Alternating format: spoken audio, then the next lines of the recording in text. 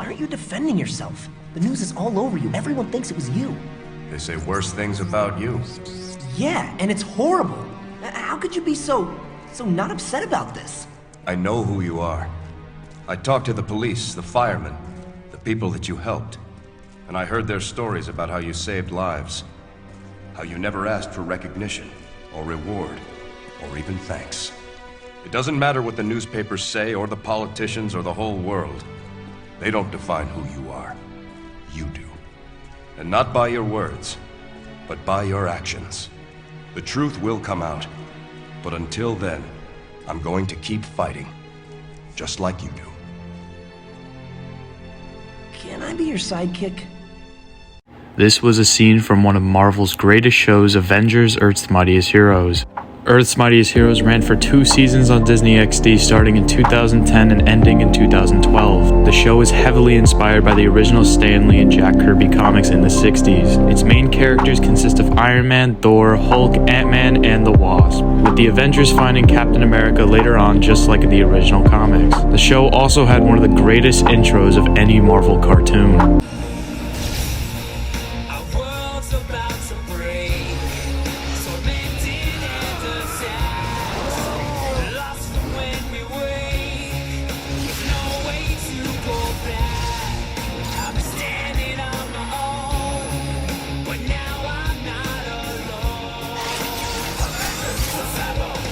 This was so good, oh my god.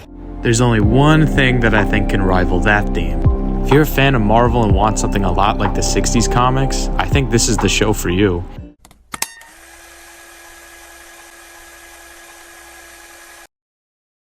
Come on, what am I, the butler around here too?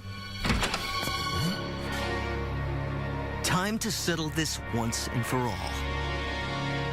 Is it 7 o'clock already? I brought the chips. Let's play some cards, Avengers. I think they meant poker chips. Earth's Mightiest Heroes was announced and greenlit in 2008, beginning production with Christopher Yost being the show's runner. Season 1 would have a total of 26 episodes consisting of different story arcs throughout the season. The show would start off with single origin episodes with each main Avenger. For example, Iron Man would have his own episode and Hulk would also have his own episode. After the origin episodes, it would build up to the heroes teaming up to form the Avengers. The story is about a massive prison breakout that occurs and almost every villain escapes from their prison. The Avengers would have to stop all 70+ supervillains.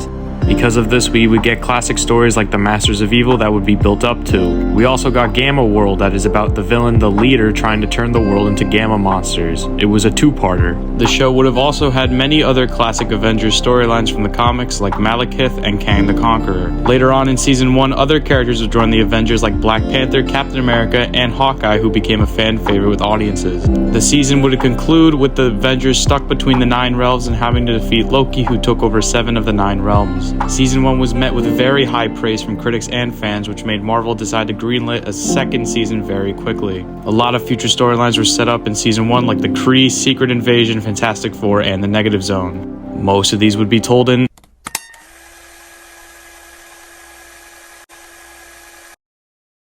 After Season 1 became a huge success, Marvel quickly began work on a second season. Season 2 was going to be way more action-packed and have a lot more classic stories from the comics. Many new characters were introduced like the Fantastic Four, War Machine, Captain Marvel, Vision, Wolverine, Spider-Man, and more. Spider-Man became another fan-favorite character and was even given his own episode. Wow. Sorry about that. But hey, you are more snaky like this. Some new villains were also brought into Season 2. The Purple Man, the Destroyer, Surtur, Korvac, Ronin, and the Winter Soldier. Season 2's biggest storyline, however, was Secret Invasion. Secret Invasion lasted the whole first half of the season and was considered better than the original source material in the comics. Season 2 was really meant to set up a lot of things for Season 3 and even 4. Civil War was getting hinted at, an X-Men crossover was inevitable, and Ragnarok was going to be the season finale before the show was cancelled. Yes, Earth's Mightiest Heroes was cancelled back in 2012. It was announced a little before Season 2 ended that Season 3 was cancelled. But why, after all the success and praise the show was getting, why was it cancelled?